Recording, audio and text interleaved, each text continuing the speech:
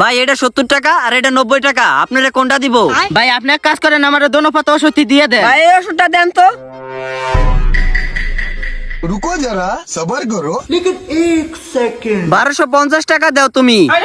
কিন্তু ভাই আমার কাছে তো মাত্র 200 টাকা আছে। দে বেটা, 1250 টাকা শুধু 200 টাকা নিতে আইছে, জানেন তো? ভাই আপনি এমন করেন না, আমার ওই ওষুধটা অনেক দরকার, আমার মা হাসপাতালে ভর্তি।